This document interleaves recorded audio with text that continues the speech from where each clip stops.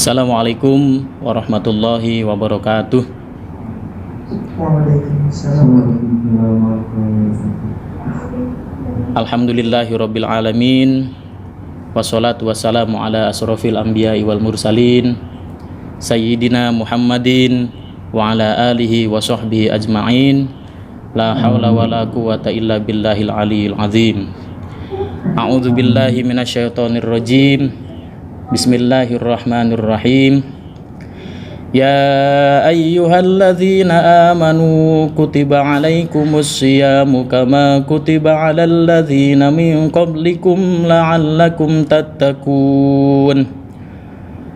Qala Nabiyyu sallallahu alaihi wasallam, man shoma ramadhana imanan wa ihtisaban ghufira lahu ma taqaddama min dzambi.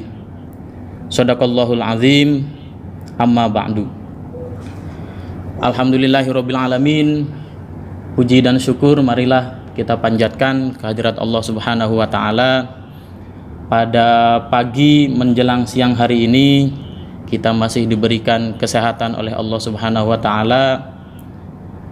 Untuk saudara-saudara kita yang lagi sakit, yang lagi kurang sehat, mudah-mudahan Allah berikan kesehatan sehingga dapat berkumpul bersama kita kembali.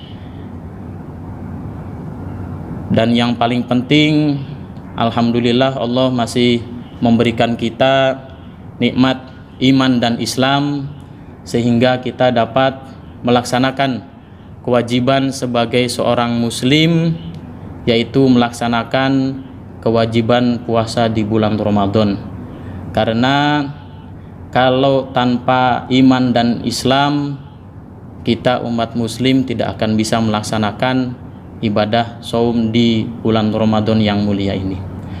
Tidak lupa sholawat serta salam semoga tetap tercurah limpahkan kepada junjungan kita Nabi besar Muhammad sallallahu alaihi wasallam, kepada keluarganya, sahabatnya. Mudah-mudahan kita termasuk umatnya yang taat kepada ajarannya hingga yaumil qiyamah. Amin. Amin ya rabbal alamin. Anak-anakku sekalian, khususnya siswa dan siswi SMK Negeri 1 Jamblang yang Bapak banggakan, pada pagi menjelang siang hari ini Bapak akan menyampaikan materi tentang amalan di bulan Ramadan. Tentunya anak-anakku sekalian, selama kurang lebih 15 hari kita melaksanakan puasa di bulan Ramadan, banyak amaliyah-amaliyah yang sudah dilaksanakan oleh anak-anakku sekalian. Terlebih lagi dengan pelaksanaan pesantren Ramadan yang kita laksanakan pada tahun ini. Ada tugas yang perlu kalian kerjakan, yaitu pelaksanaan sholat fardu, sholat tarawih, dan sholat-sholat yang sunnah lainnya. Kemudian pelaksanaan tadarus Al-Quran yang harus anak-anakku sekalian catat, yang nanti akan menjadi tugas selama bulan Ramadan untuk memenuhi tugas mata pelajaran pendidikan agama Islam yang nanti akan dikumpulkan tentunya.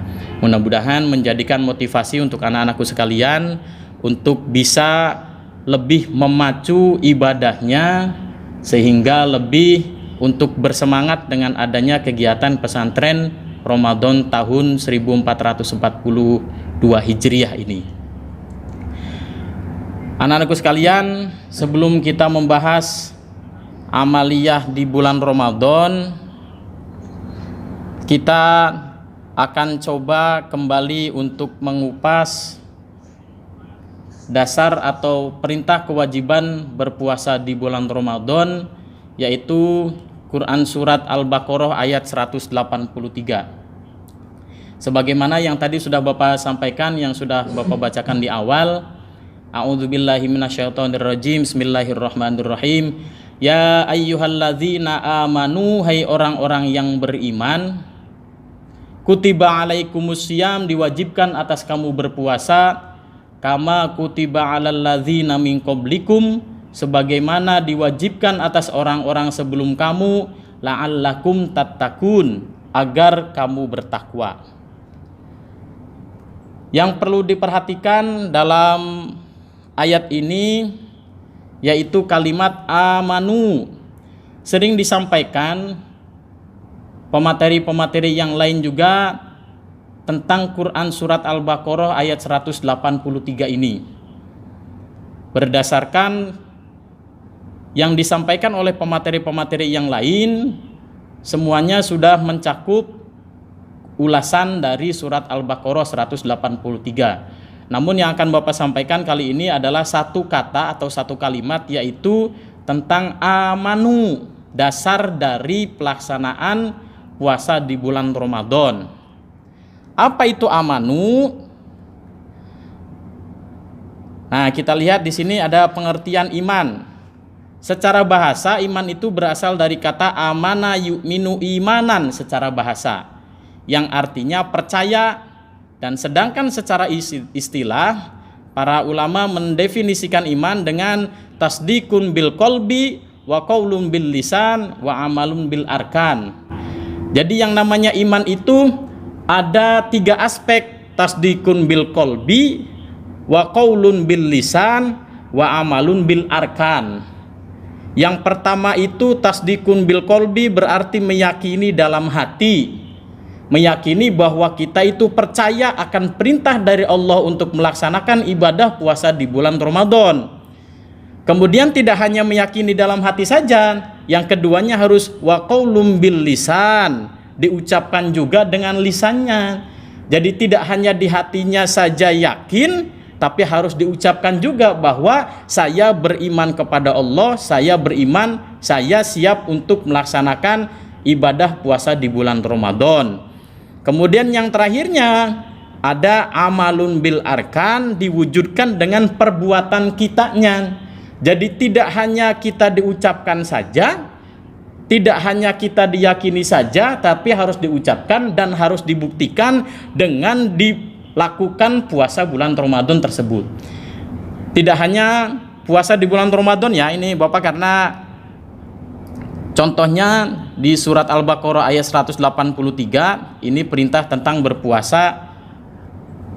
Jadi yang namanya iman itu segala bentuk aktivitas atau apa yang kita lakukan itu jangan hanya diyakini dalam hati saja, tapi diucapkan dengan lisan dan harus dilakukan dengan semua perbuatan yang kita lakukan. Kalau iman kepada Allah, ya yakin hatinya iman kepada Allah, diucapkan dengan kalimat la ilaha illallah atau asyhadu alla ilaha illallah, meyakini bahwa Rasul adalah utusan dari Allah, wa asyhadu anna Muhammadar Rasulullah, dan tidak hanya diucapkan tapi dengan perbuatannya juga mencerminkan bahwa kita itu percaya apa yang kita yakini. Begitu ya, ini pembahasan tentang iman. Anak-anakku sekalian, kalau berbicara dengan istilah iman, ini bahwasanya iman itu mirip-mirip kayak cinta. Kayak kita senang sama seseorang. Kalau cinta sama seseorang, kalau hanya di hati saja tidak diucapkan berarti bohong, bullshit. Jadi kalau hanya di hati saja tidak mau mengungkapkan berarti tidak terbukti bahwa dia itu cinta, bahwa dia itu sayang. Kalau dia berani untuk mengungkapkan bahwa dia itu cinta dan sayang, tidak bisa juga dibuktikan bahwa cinta dan sayangnya itu tulus kalau tidak diikuti, kalau tidak dibarengi dengan perbuatannya. Kalau ada orang yang cinta, ada orang yang sayang, tetapi dia merusak, berarti dia bukan sayang, tapi dia sebetulnya benci. Maaf, Bapak harus sampaikan, kalau ada orang yang pacaran kemudian berlebihan, teorinya secara teori bahwa kalau orang yang pacaran, kalau orang yang sayang itu tidak mungkin untuk merusak. Kalau orang yang pacaran tapi justru minta ini, minta itu, pengen ini, pengen itu, sebetulnya dia itu nggak sayang, nggak cinta. Secara teori begitu. Ya, jadi ini kayak siapa ini? Alamsah ditutup sama masker aja nggak kelihatan jadinya. Kayak Alamsah contoh. Lagi pusing talam. Kayak Alamsah contoh, lagi seneng sama seseorang. Lagi seneng sama Devi contoh, Alamsah senang sama Devi tapi nggak mau mengungkapkan, berarti Devi nggak bakalan percaya kalau Alam senang cinta sama Devi. Makanya harus dibuktikan, tidak hanya dengan meyakini saja tapi diucapkan. Lam, kalau senang sama Devi ngomong Lam. Begitu ya. Jadi iman itu sama dengan istilahnya kalau kita cinta sama seseorang. Kalau cinta sama seseorang, yakin bahwa kitanya cinta, diucapkan, kemudian diperlihatkan. Kalau cinta jangan merusak. Kalau merusak bukan cinta namanya. Orang yang cinta itu nggak bakalan merusak. Orang yang cinta itu menjaga. Kita senang, kita cinta terhadap satu barang, nggak mungkin barang itu akan dirusak, tapi barang itu akan dijaga. Sama seperti iman. Kalau kita yakin, kita percaya, tidak akan bisa merusak iman dan kepercayaan kita. Tentunya akan kita jaga sampai selama-lamanya. Kalau cinta jangan dipendam, kalau cinta diungkapkan. Tapi tidak cukup untuk diungkapkan, buktikan bahwa kita cinta sama seseorang yang kita cintai. Begitu ya alam. Alamnya kemana ini? Hilang alamnya. Kemudian berikutnya, ketika kita melakukan sesuatu amal, itu harus dengan ilmu. Apapun yang kita kerjakan itu ada ilmunya. Mau bikin kue, ada cara bikin kuenya. Mau bikin sesuatu apapun itu ada ilmunya. Jadi tidak sembarangan kita membuat atau berbuat sesuatu. Intinya kalau mau melakukan sesuatu, melakukan amal itu harus dibarengi dengan ilmu. Ini kalau hadis tentang menuntut ilmu, banyak hadis tentang kewajiban kita untuk menuntut ilmu. Salah satunya, kun aliman au muta'alliman au mustami'an au muhibban wala takun khomisan fatah lakat. Kun aliman, jadilah kamu orang yang berilmu, atau jadilah kamu orang yang pinter, jadilah kamu orang yang pandai. Au muta'alliman, atau jadilah kamu orang yang menuntut ilmu, atau orang yang belajar. Ini mudah-mudahan anak-anak sekalian, siswa-siswi SMK Negeri 1 Jamblang yang tergabung di Zoom hari ini, termasuk orang-orang yang muta'alliman, orang yang lagi menuntut ilmu, mudah-mudahan mendapatkan keberkahan dari Allah Subhanahu wa taala. Au mustami'an, mustami' itu sebagai pendengar, mendengarkan ilmu pengetahuan, mendengarkan nasihat dari orang lain, mendengarkan nasihat dari orang tua, dari guru, itu mustami' namanya. Au muhibban, atau cinta terhadap ilmu pengetahuan. Wala takun khomisan, dan janganlah jadi yang kelima, fatah lakat, maka kamu akan binasa. Yang dimaksud wala takun khomisan itu janganlah menjadi orang yang kelima, maksudnya tidak termasuk ke dalam 4 golongan yang tadi disebutkan. Aliman, muta'alliman, mustami'an, muhibban. Tidak ada di antara itu. Wala takun khomisan fatah lakat, maka kamu akan binasa. Jangan jadi orang yang kelima. Jadi harus jadi di antara 4 orang ini. Jadi orang yang pinter, orang yang menuntut ilmu, sebagai pendengar atau mendengarkan ilmu pengetahuan, mendengarkan nasihat, kemudian cinta terhadap ilmu pengetahuan. Kalau tidak termasuk ke dalam 4 golongan ini, berarti termasuk orang yang kelima. Wala takun khomisan fatah lakat. Itu tentang ilmu pengetahuan. Segala sesuatunya yang kita kerjakan itu harus dengan ilmu. Kemudian yang berikutnya, ini hadis tentang menuntut ilmu juga. Bismillahirrahmanirrahim. Man amila amalan laisa alaihi amruna fahuwa raddun. Barang siapa yang melakukan sesuatu amalan yang bukan berasal dari kami, maka amalannya itu akan tertolak. Anak-anakku sekalian, ada istilah setan itu lebih takut sama orang yang berilmu yang lagi tidur daripada orang yang tidak berilmu lagi sholat. Secara teori, setan itu takut sama orang yang sholat daripada takut sama orang yang tidur. Tetapi justru kalau orang yang sholat tidak dengan ilmu, setan itu nggak bakalan takut walaupun orang lagi sholat. Tapi kalau orang yang lagi tidur tapi orang itu berilmu, setan pun akan takut. Kenapa begitu, Pak? Orang yang berilmu kemudian dia itu tidur, sebelum tidur orang itu tahu harus membaca doa dulu. Bismika Allahumma ahya wa bismika amut. Dengan menyebut namamu saya hidup, dan dengan menyebut namamu ya Allah saya mati. Jadi ketika hidup dan matinya itu orang selalu dengan nama Allah, makanya setan pun akan takut. Tetapi kalau orang yang tidak berilmu kemudian orang itu melakukan sholat, sholatnya pun tidak dengan seharusnya. Kalau orang yang sholat kemudian asal jungkel, beli jelas kayak siapa lam? Kayak Santo talam. Alaman lam. Jadi kalau yang sholatnya itu tidak dengan ilmu, sholatnya juga nggak jelas, tidak ada dasar bahwa orang itu benar-benar melaksanakan sholat. Kemudian yang berikutnya, bahwasanya ketika melakukan amal itu kita dengan ilmu. Ini ada contoh nih, kasus nih. Makanya harus ilmu dulu baru amal. Jika amal dulu baru ilmu, biasanya bukan berdasarkan dalil, melainkan berdasarkan dalih. Ketika orang yang melakukan sesuatu tapi tidak tahu apa-apa, akhirnya tidak ada dasarnya, hanya mengelak saja, dalih saja, bukan berdasarkan dalil. Ngelak, ini contohnya nih, berhijab itu wajib, ada di Al-Qur'annya, tapi jawabnya karena memang nggak tahu ilmunya, katanya wah gerah, jilbabin hati dulu aja deh. Ini kebanyakan orang-orang yang mengelak yang nggak mau berhijab.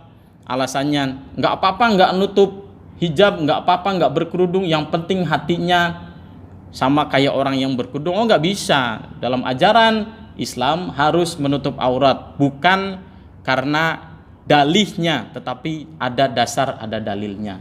Ini sebagai contoh. Contoh itu misal. Misal itu mim kasromi sin fathah lam sukun sal. Misal. Dilanjutkan kita ke materi berikutnya, itu melakukan amal itu harus dengan ikhlas. Kita melakukan sesuatu itu harus dengan ikhlas. Nah, bahwasanya puasa itu melatih kita untuk ikhlas. Ada hadis riwayat Bukhari, bismillahirrahmanirrahim.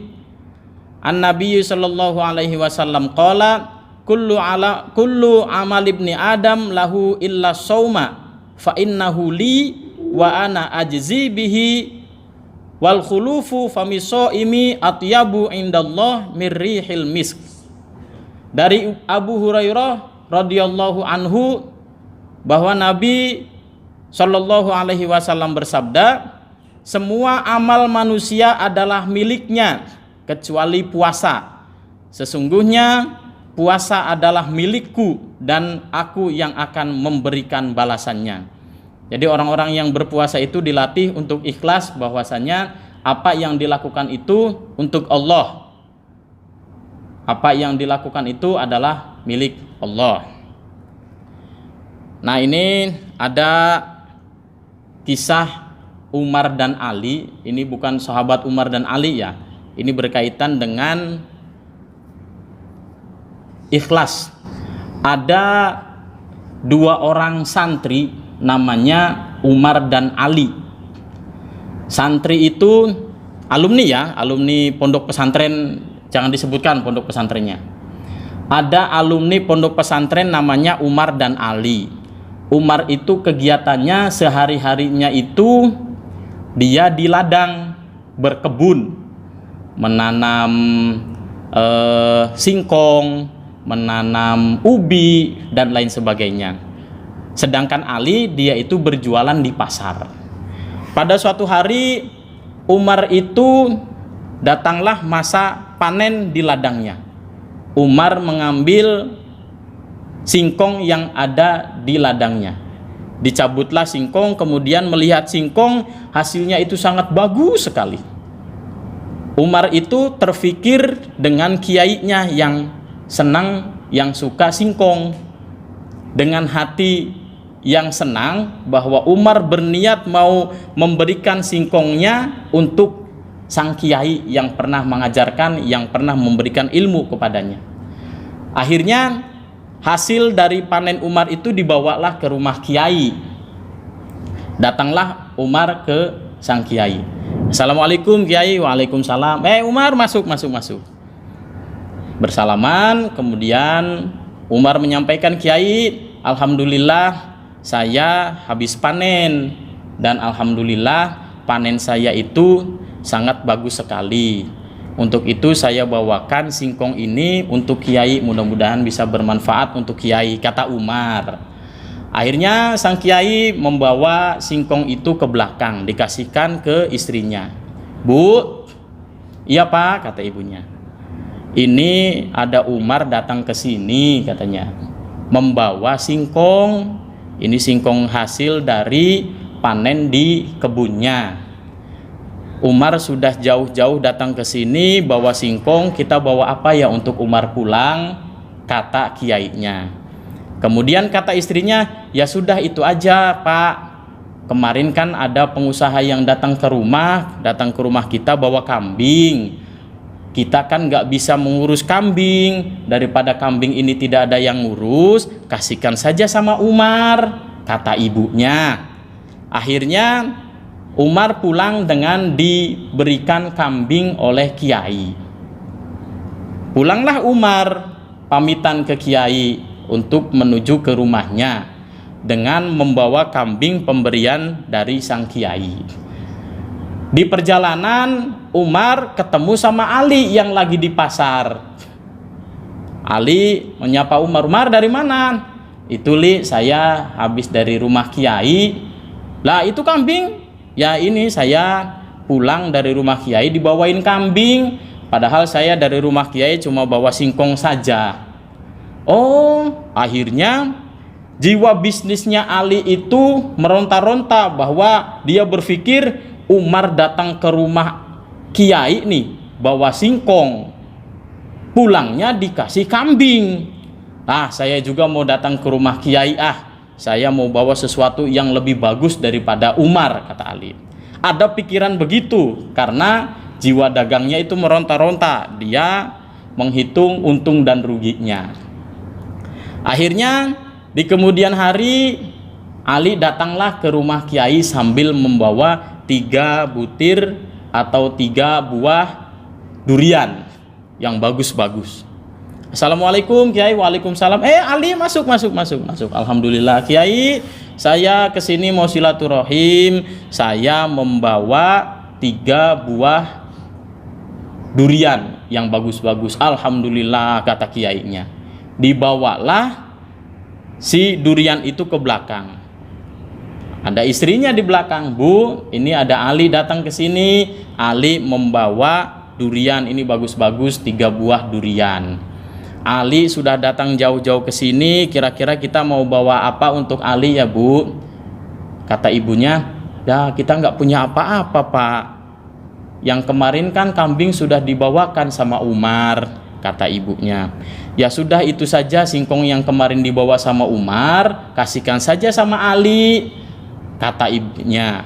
Akhirnya dibawakan tuh singkong yang pemberian dari Umar, dibawakan ke Ali. Kata kiainya, Ali ini oleh-oleh dari kami, silahkan dibawa pulang, mudah-mudahan bisa bermanfaat. Akhirnya Ali pulang dengan membawa singkong yang dikasihkan Umar ke kiainya. Ini makna dari ikhlas. Sesuatu, kalau kita melakukan sesuatu, menginginkan sesuatu, berarti dalam hati kita sudah tidak ada rasa-rasa ikhlas. Tetapi kalau kita tulus tidak mengharapkan sesuatu, disitulah letak daripada ikhlas. Pembelajaran antara Umar dan Ali, bahwasanya Umar yang datang ke rumah kiai dengan ikhlas membawakan singkong, dan akhirnya tanpa diduga bahwa Umar membawakan kambing.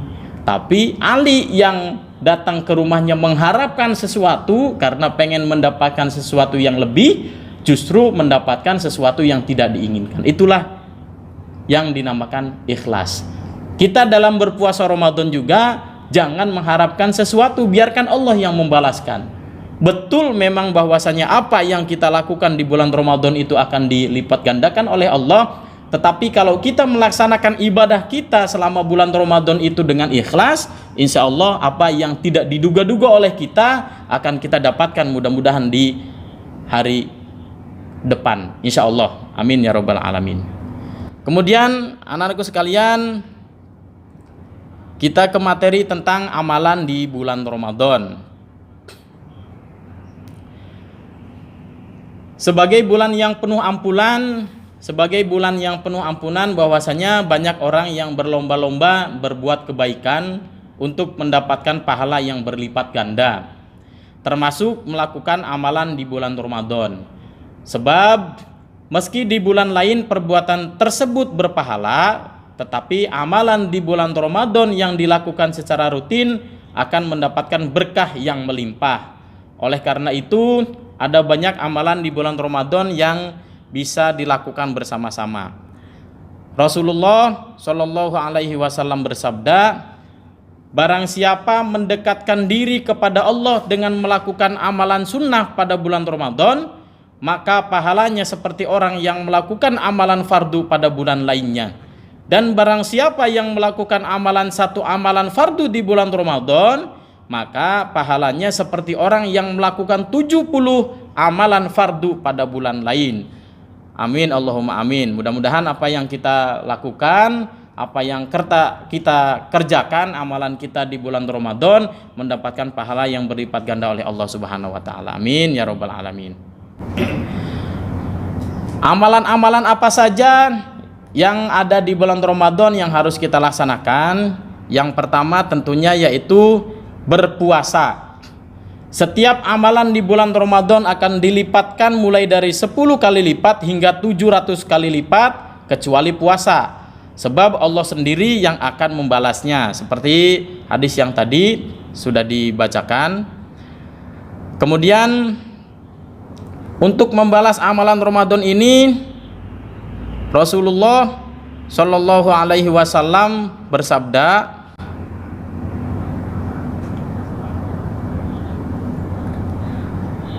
man shoma ramadhana imanan wahtisaban ghufira lahu ma taqaddama min dzambi. Siapa saja yang berpuasa di bulan Ramadan dengan landasan iman dan ikhlas akan diampuni dosa-dosanya yang telah lalu. Hadis riwayat Bukhari. Bahwasanya yang tadi disampaikan, puasa yang kita laksanakan itu harus didasarkan dengan ikhlas. Insya Allah di kemudian hari dosa-dosa kita yang telah lalu akan diampuni oleh Allah Subhanahu wa taala. Amin ya rabbal alamin. Kemudian amalan yang kedua, kita fokus beribadah di 10 hari terakhir. Pada 10 hari terakhir Ramadan, Allah menjanjikan akan memberikan ampunan kepada umat Islam yang beribadah. Selain menjalankan sunnah, amalan bulan Ramadan ini bisa menunjukkan keseriusan dari hari-hari sebelumnya, sehingga bisa memberikan amalan bulan Ramadan yang terbaik menjelang berakhir. Menjelaskan hal ini dalam salah satu hadis Rasulullah Shallallahu Alaihi Wasallam bersabda, Bismillahirrahmanirrahim. An Aisyah radhiyallahu anha, kana Rasulullah Shallallahu Alaihi Wasallam yajtahidu fil asril awakhiri ma la yajtahidu fi ghairi.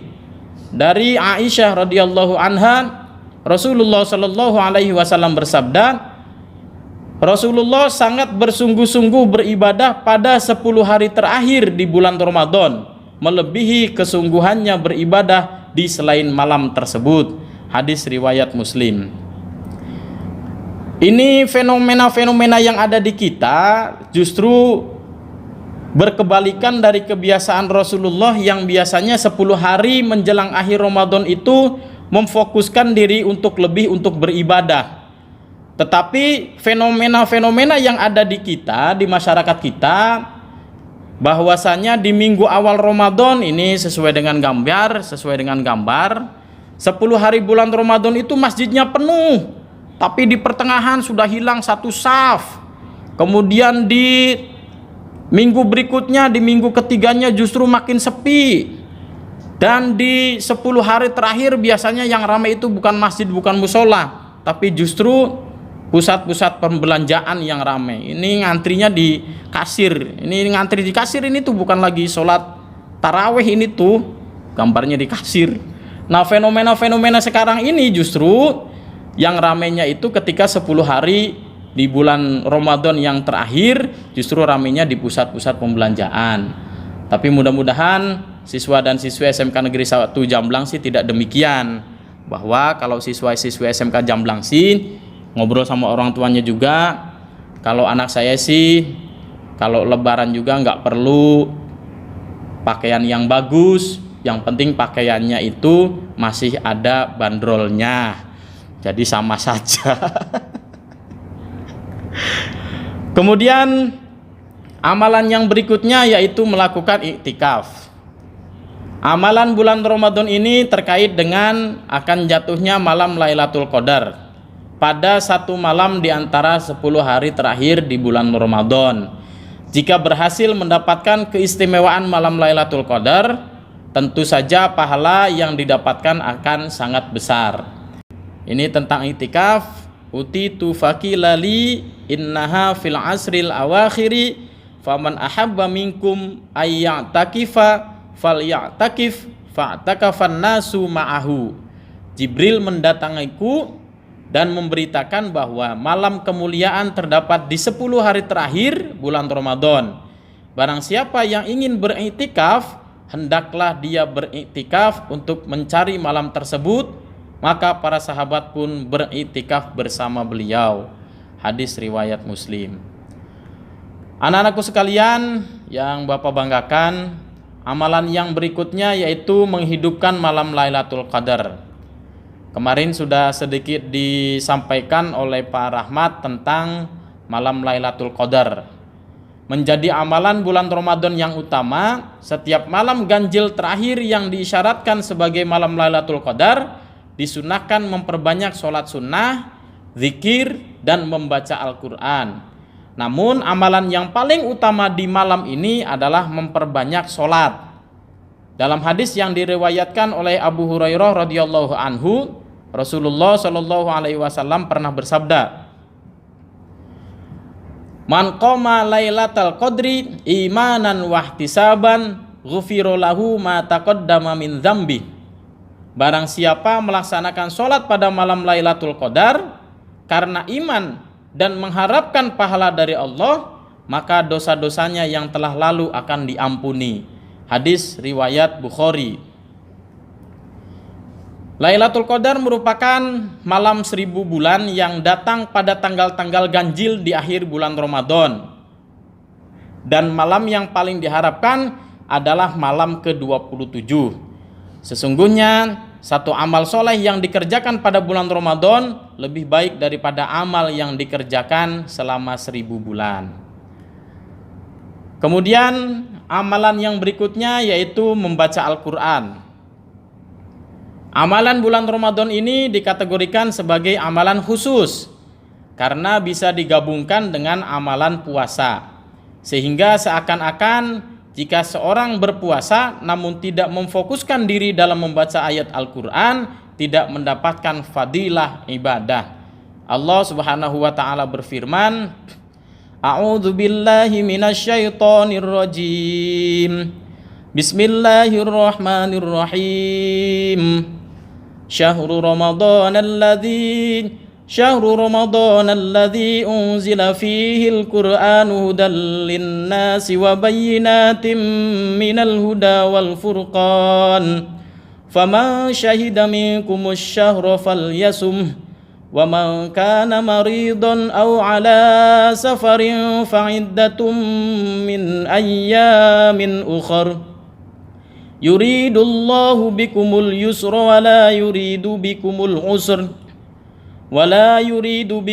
usra walitukmilul iddata walitukabbirullaha ala ma hadakum wa la'allakum tashkurun.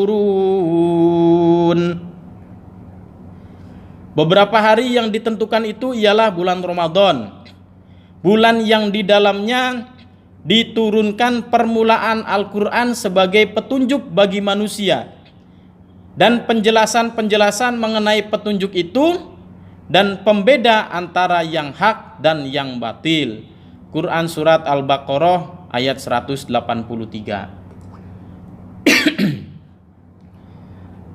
Kemudian amalan yang berikutnya yang bisa kita kerjakan dalam bulan Ramadan yaitu menyegerakan berbuka puasa. Keutamaan menyegerakan berbuka puasa sesuai dengan hadis Nabi Shallallahu Alaihi Wasallam. Yang pertama, keutamaannya dicintai Allah. Orang yang menyegerakan berbuka puasa itu dicintai oleh Allah Subhanahu Wa Taala. Hal ini sesuai hadis Nabi Shallallahu Alaihi Wasallam yang diriwayatkan oleh Abu Hurairah radhiyallahu anhu. An Abi Hurairah anin Nabi Shallallahu Alaihi Wasallam yaqulullah azza wa jalla inna ahabba ibadi ilayya ajaluhum fitron. Dari Abu Hurairah radhiyallahu anhu, Nabi Shallallahu Alaihi Wasallam bersabda, Allah Subhanahu Wa Taala berfirman, sesungguhnya orang yang paling aku cintai di antara hambaku ialah orang yang paling segera berbuka. Kemudian keutamaan yang berikutnya ketika kita menyegerakan berbuka puasa yaitu berada dalam kebaikan. Keutamaan yang kedua yaitu menyegerakan berbuka puasa, yakni orang tersebut berada dalam kebaikan. Dalam hadis diriwayatkan dari Sahal ibnu Sa'ad As-Sa'idi radhiyallahu anhu disebutkan bahwa Rasulullah Shallallahu Alaihi Wasallam pernah bersabda, la yazalun nasu bi khairin ma'ajjalul fitro, yang artinya orang-orang masih tetap dalam keadaan baik selagi mereka menyegerakan berbuka. Riwayat Imam Bukhari dan Muslim. Nah, yang terbaru ini anak-anakku sekalian terjadi pada 19 April 2021. Ini ada kasus yang terjadi di Kuala Lumpur, Malaysia. Bahwasanya satu kampung di Malaysia tersebut, di Kuala Lumpur tersebut, semuanya itu puasanya batal dan semuanya harus mengkodok puasa. Ini diliput dari indozone.id bahwasanya di Kuala Lumpur itu pada tanggal 19 April 2021, nanti anak-anakku sekalian bisa lebih jelasnya untuk informasinya bisa dilihat di internet ya, bahwasanya di Kuala Lumpur itu waktu maghribnya lebih awal 3 menit daripada seharusnya. Di masjid tersebut ternyata jam digital yang ada di masjid tersebut itu error. Nah, karena errornya di masjid tersebut, kalau di Kuala Lumpur biasanya untuk menentukan buka puasa itu semuanya fokus atau semuanya terfokus ke masjid tersebut. Tapi karena jam digitalnya itu error dan akhirnya waktu maghribnya itu lebih cepat 3 menit dari yang seharusnya, akhirnya satu kampung tersebut itu harus dikodok puasanya, harus diulangi di hari yang lainnya. Dan ini sudah dikonfirmasi bahwasannya DKM di masjid tersebut sudah minta maaf bahwasannya memang ini ada kesalahan dan semuanya itu harus, sekali lagi harus dikodok puasanya. Ini harus berhati-hati juga. Kita boleh untuk menyegerakan berbuka puasa, tapi kalau belum waktunya berbuka puasa, jangan berbuka terlebih dahulu. Ada waktu sekarang sebetulnya tidak sulit, ada jam, tapi jamnya jangan diputer. Jam di rumah terkadang diputer sama adiknya sendiri, sahurnya lebih lama, puasanya lebih cepat. Nah, itu hati-hati. Jangan sampai dengan sengaja diputar supaya puasanya itu lebih cepat untuk berbuka puasanya. Hati-hati. Ini kasus yang terbaru tanggal 19 April tahun 2021. Dan untuk yang sekarang lagi PKL juga kelas 11, hati-hati bahwasanya ada beberapa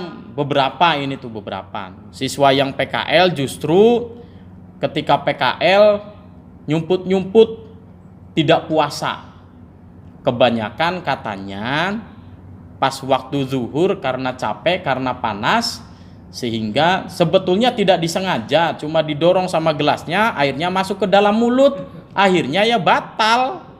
Ini dapat laporan bahwa siswa PKL, bukan di SMK Jamblang, bukan, tapi dekat SMA sebelah selatannya kayaknya di situ. Jadi yang PKL hati-hati.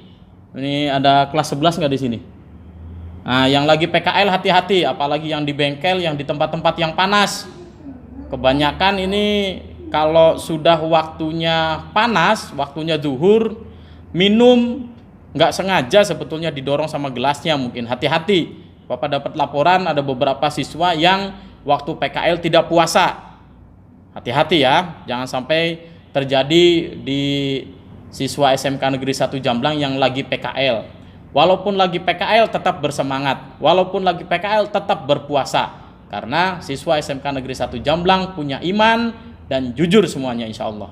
Untuk siswa yang lagi PKL tetap semangat berpuasa, jangan sampai ada yang batal, ada yang bolong.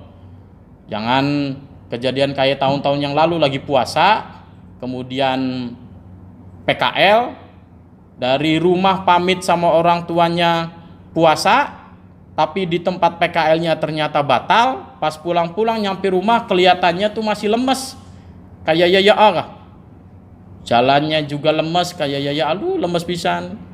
Assalamualaikum, orang tuanya waalaikumsalam. Oh dia masih puasa belum? Masih nih, padahal sudah minum es teh manis. Jangan sampai kejadian seperti itu. Jadi kelihatan dari rumah berangkatnya puasa, pas pulang-pulang kelihatannya masih puasa padahal tidak puasa. Hati-hati ya yang lagi PKL. Insya Allah kalau siswa-siswi SMK Negeri 1 Jamblang sih tidak demikian, mudah-mudahan. Anak-anakku sekalian, siswa-siswi SMK Negeri 1 Jamblang yang Bapak banggakan, amalan yang berikutnya yang dilaksanakan di bulan Ramadan yaitu memperbanyak sedekah. Meski bisa dilakukan pada bulan-bulan yang lainnya, namun dengan memperbanyak sedekah pada bulan Ramadan akan memiliki keistimewaan tersendiri. Jika dilakukan secara rutin selama 1 bulan penuh, amalan bulan Ramadan ini akan menjadi kebiasaan baik yang bisa dilanjutkan di bulan-bulan selanjutnya. Jadi walaupun sedikit, yang penting ada sedekah secara rutin. Insya Allah hasilnya akan kita rasakan nanti di kemudian hari, mudah-mudahan.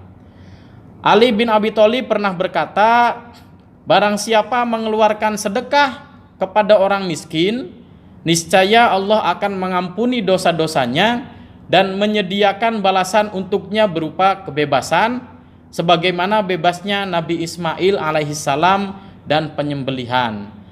Sebagaimana bebasnya Nabi Ismail alaihissalam dari penyembelihan. Amin ya rabbal alamin. Memberi makan orang yang berbuka juga bisa termasuk sedekah ya, yang merupakan amalan bulan Ramadan lainnya. Sebab sedekah yang paling utama adalah yang dikerjakan di bulan Ramadan. Rasulullah Shallallahu alaihi wasallam bersabda, "Man fatara shaiman kana lahu mislu ajri, ghairu annahu la yankusu min ajri shaimi syai'an." Barang siapa yang memberi makan orang berbuka puasa, maka baginya pahala seperti orang yang berpuasa, tanpa mengurangi pahala orang yang berpuasa itu sedikit pun. Kemudian yang berikutnya, amalan di bulan Ramadan yaitu makan sahur. Salah satu amalan bulan Ramadan yang disunahkan adalah makan sahur.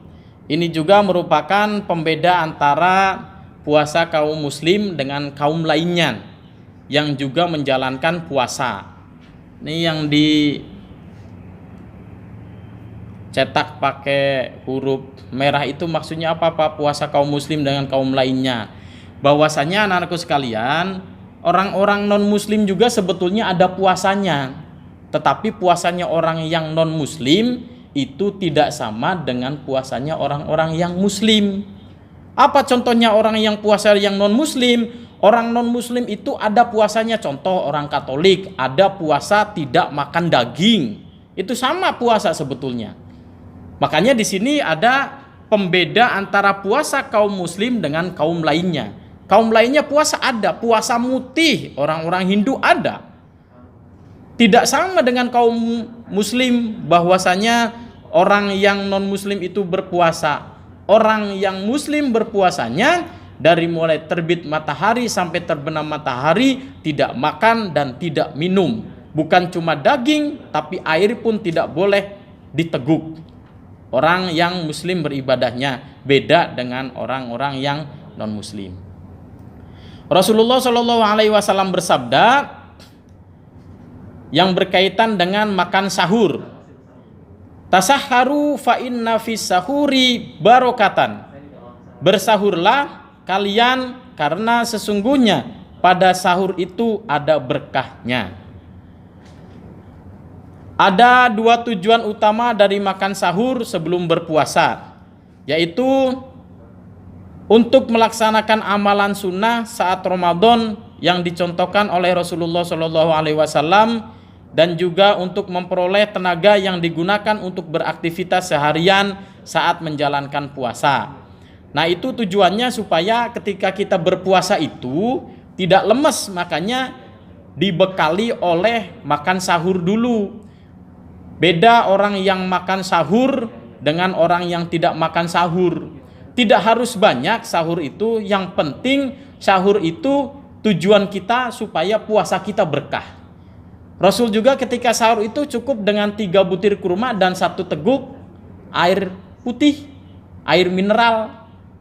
Air putihnya bukan air susu, air mineral, dengan 3 biji kurma. Dan itu yang diambilnya keberkahannya.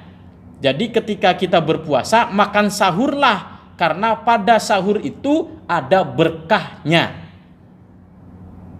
Ya, itu ya. Keutamaan sahur selain sanggup untuk menambah energi di siang hari, bahwasanya sahur juga bisa meningkatkan keikhlasan saat menjalankan ibadah puasa.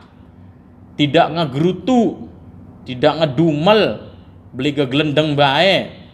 Masih jam 12, aduh lapar. Aduh haus. Nah, keikhlasannya itu menjadi berkurang ketika kita ngegelendeng. Tahu ngegelendeng? Ngedumel. Nah, kalau kita makan sahur, insya Allah kita akan ikhlas puasanya dan dihindari dari ngegelendeng dan ngedumel.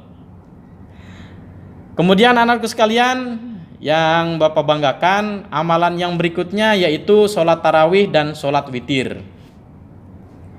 Sholat tarawih adalah sholat sunnah yang dikerjakan hanya pada malam bulan Ramadan dan termasuk amalan di bulan Ramadan yang istimewa, karena di bulan-bulan yang lain itu tidak ada sholat tarawih.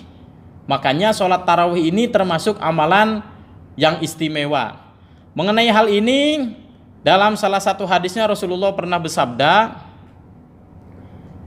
An Abi Hurairah radhiyallahu anhu anna Rasulullah sallallahu alaihi wasallam man qama ramadhana imanan wa ihtisaban ghufira lahu ma taqaddama min dzambi. Dari Abu Hurairah radhiyallahu anhu bahwasanya Rasulullah sallallahu alaihi wasallam bersabda, barang siapa sholat malam di bulan Ramadan atau sholat tarawih dengan penuh keimanan dan mengharapkan pahala dari Allah, niscaya diampuni dosa-dosanya yang telah lalu. Hadis riwayat Bukhari dan Muslim. Ini Bapak sengaja di sini menampilkan atau menghadirkan ada 2 dasar pelaksanaan sholat tarawih. Ada yang sholat tarawih di masyarakat itu ada yang 20 rakaat, ada yang 11 rakaat dengan witir. Kalau ditanya, Pak, yang 11 apa yang 20 yang benar? Dua-duanya benar. Dua-duanya ada dasarnya. Ini dalil sholat tarawih yang 2 rakaat dari Malik bin Yazid bin Rumman. Ia mengatakan orang-orang mengerjakan sholat tarawih pada zaman Umar bin Khattab sebanyak 23 rakaat dengan witir. Itu yang 20 rakaat atau dengan witir 23 rakaat. Benar ada dasarnya. Kemudian yang sholat tarawihnya 11 rakaat benar tidak? Benar. Ada dasarnya. Maka Rasulullah sallallahu alaihi wasallam yazidu fi Ramadhana wala fi ghairihi ala 11 rakaatan. Rasulullah sallallahu alaihi wasallam tidak pernah menambahi baik pada bulan Ramadan maupun selain bulan Ramadan dari 11 rakaat. Jadi yang 23 rakaat sholat tarawihnya benar, yang 11 rakaat sholat tarawihnya benar. Yang nggak benar yang nggak sholat rakaat, jadi yang nggak sholat tarawih jadinya. Milih 11 rakaat tidak, milih 23 rakaat tidak. Akhirnya karena bingung mau milih yang mana, tidak memilih di antara dua, akhirnya nggak sholat tarawih. Itu yang nggak benar. Karena sholat tarawih itu termasuk amalan bulan Ramadan yang istimewa, karena tidak ada sholat tarawih di bulan-bulan yang lainnya. Jadi tidak usah ada perdebatan bahwasanya saya sholatnya 23 rakaat, saya sholatnya 11 rakaat. Tidak usah ada perdebatan, karena dua-duanya itu ada dasar hukumnya. Dan kita sebagai masyarakat tinggal mengikuti karena memang sudah ada dasar hukum dari kedua hukum yang tersebut tadi. Nah, kemudian yang fenomena yang terjadi di Indonesia adalah sholat tarawih yang kilat. Ini videonya itu sering viralnya ketika bulan Ramadan, pasti muncul ada sholat tarawih yang kilat. Sholat tarawih yang kilat yang 23 rakaat hanya 6 menit, hanya 10 menit, bahkan lebih kilat lagi ada mungkin yang 23 rakaat. Nanti pendapatnya kalau secara pribadi pendapat Bapak bahwasanya fenomena yang terjadi di Indonesia adalah sholat tarawih yang kilat ini justru berpotensi sholatnya tidak sah karena sholatnya tidak ada tumak ninahnya. Jangankan tumak ninah, bacaan Al-Fatihahnya saja wallahu a'lam benar apa tidaknya. Bukan Bapak menghukumi, tetapi secara aturan sholat itu ada tumak ninahnya dan bacaannya juga jelas, bacaannya itu tidak terburu-buru. Kalau diperhatikan ketika kita sholat, kemudian sholat tarawih yang kilat tersebut, coba perhatikan bacaan Al-Fatihahnya. Bismillahirrahmanirrahim, amin, kan begitu. Akhirnya tidak ada kejelasan bahwa itu tuh baca surat apa. Nah, kalau bisa dihindari ya, dihindari sholat yang kilat. Tapi justru kalau orang yang sholat tarawihnya yang kilat, imam yang sholat tarawihnya kilat, biasanya di kita yang dicari. Justru kalau nyari musola mana, masjid mana, wah ini karena baik, ini karena si cepat, cuma 10 menit. Nah, ini fenomena yang terjadi di Indonesia begini nih. Di Cirebon khususnya, di Majalengka, di Cirebon, Indramayu, Kuningan, Majalengka khususnya. Kalau ada yang imamnya itu sholatnya cepat, pasti banyak jamaahnya. Tapi kalau yang lama sedikit pasti jamaahnya. Karena nyarinya yang cepat. Cepat juga nggak apa-apa, yang penting tartil, yang penting ada tumak ninahnya. Mau cepat juga boleh, tapi kalau cepat tidak tartil, tidak ada tumak ninahnya, khawatir berpotensi bahwa sholatnya itu tidak sah. Nah, ini hati-hati dengan fenomena-fenomena tentang sholat tarawih dan sholat witir. Jadi kembali lagi Bapak sampaikan bahwasanya sholat yang 23 rakaat dan sholat yang 11 rakaat tidak usah menjadikan perdebatan. Bahwasanya dua-duanya itu sudah ada dasar hukumnya. Yang salah itu yang tidak melaksanakan sholat tarawihnya. Kemudian anak-anakku sekalian, siswa-siswi SMK Negeri 1 Jamblang yang Bapak banggakan, amalan yang berikutnya yang kita laksanakan di bulan Ramadan yaitu memperbanyak membaca istighfar. Keistimewaan bulan Ramadan salah satunya yaitu dibukakan gerbang ampunan yang diberikan untuk kaum muslimin. Salah satu cara yang bisa dilakukan untuk menghapus dosa di masa lalu yaitu beristighfar sebanyak mungkin sebagai bentuk amalan di bulan Ramadan. Selain istighfar, umat muslim juga bisa menambahkan amalan lainnya seperti zikir dan doa. Sesungguhnya malam dan siang hari saat Ramadan adalah waktu mulia dan waktu yang utama. Pernah disampaikan oleh Ibu Hajah Siti Fatimah tentang bacaan Sayyidul Istighfar. Nah, itu tuh sangat bagus sekali ketika kita sambil melaksanakan puasa di bulan Ramadan, kita memperbanyak istighfar. Sehingga mudah-mudahan dosa kita diampuni oleh Allah Subhanahu wa taala dengan memperbanyak membaca istighfar. Bacaannya yang kemarin sudah disampaikan oleh Ibu Hajah Siti Fatimah tentang Sayyidul Istighfar. Selain itu, kita melakukan amal-amalan tersebut khususnya pada waktu-waktu yang istijabah, waktu-waktu yang diijabah doa-doa kita. Di antaranya yang pertama saat kita berbuka puasa. Karena orang yang berpuasa saat dia berbuka itu memiliki doa yang tidak tertolak. Ketika kita berpuasa, kemudian kita itu berbuka, di situ kita berdoa, insya Allah doanya itu tidak ditolak oleh Allah Subhanahu wa Ta'ala. Kemudian waktu yang istijabah yang berikutnya, sepertiga malam terakhir, saat Allah Subhanahu wa Ta'ala turun ke langit ke dunia dan berfirman, adakah orang yang meminta, pasti aku beri.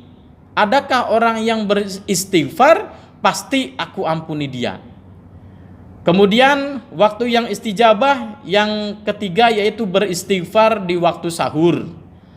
Seperti firman Allah Subhanahu wa Ta'ala, dan di akhir-akhir malam mereka memohon ampun kepada Allah. Quran surat Az-Zariyat ayat 18. Anak-anakku sekalian, yang berikutnya amalan yang kita laksanakan di bulan Ramadan yaitu duduk di masjid sampai matahari terbit. Duduk di masjid sampai matahari terbit. Hal ini dimaksudkan agar setelah sahur dan sholat subuh, seseorang tidak kembali tidur dan tetap beraktivitas seperti biasa.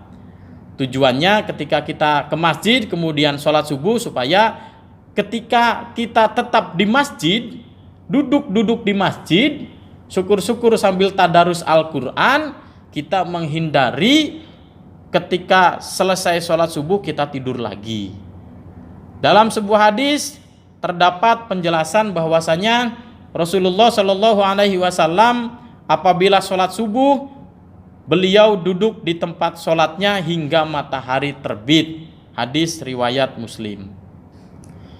Kemudian yang berikutnya, amalan di bulan Ramadan yaitu umroh pada bulan Ramadan. Melaksanakan umroh di bulan suci memang sangat berbeda dengan umroh pada hari dan bulan-bulan biasanya. Umroh pada saat bulan Ramadan pahalanya seperti melaksanakan haji. Rasulullah Shallallahu Alaihi Wasallam bersabda, fa inna umrata fi ramadana taqdi hajjata ma'i. Umroh pada bulan Ramadan senilai dengan haji. Hadis riwayat Muslim. Anak-anakku sekalian yang Bapak banggakan, itu 12 amalan selama kita melaksanakan puasa di bulan Ramadan. Mudah-mudahan kita termasuk orang-orang yang bisa mengamalkan amalan-amalan yang tadi disampaikan sehingga puasa kita menjadi sempurna. Meski sekarang zamannya edan, namun ibadah di bulan Ramadan harus tetap habis-habisan. Karena tahun depan belum tentu kita merasakan. Nah, akhirnya di penghujung sesi ini mudah-mudahan kita semuanya diberikan kesehatan oleh Allah Subhanahu wa Ta'ala, sehingga apa yang kita laksanakan di bulan Ramadan, di bulan yang mulia ini, mendapatkan pahala dari Allah Subhanahu wa Ta'ala, mendapatkan keberkahan dari Allah Subhanahu wa Ta'ala, sehingga kita bisa berjumpa kembali di Ramadan di tahun depan, dan tentunya harus lebih baik daripada Ramadan-Ramadan yang sebelum-sebelumnya. Terima kasih atas segala perhatiannya. Mohon maaf apabila ada hal yang tidak berkenan. Wallahul muwafiq ila aqwamit thoriq. Billahi taufiq wal hidayah. Wassalamualaikum warahmatullahi wabarakatuh.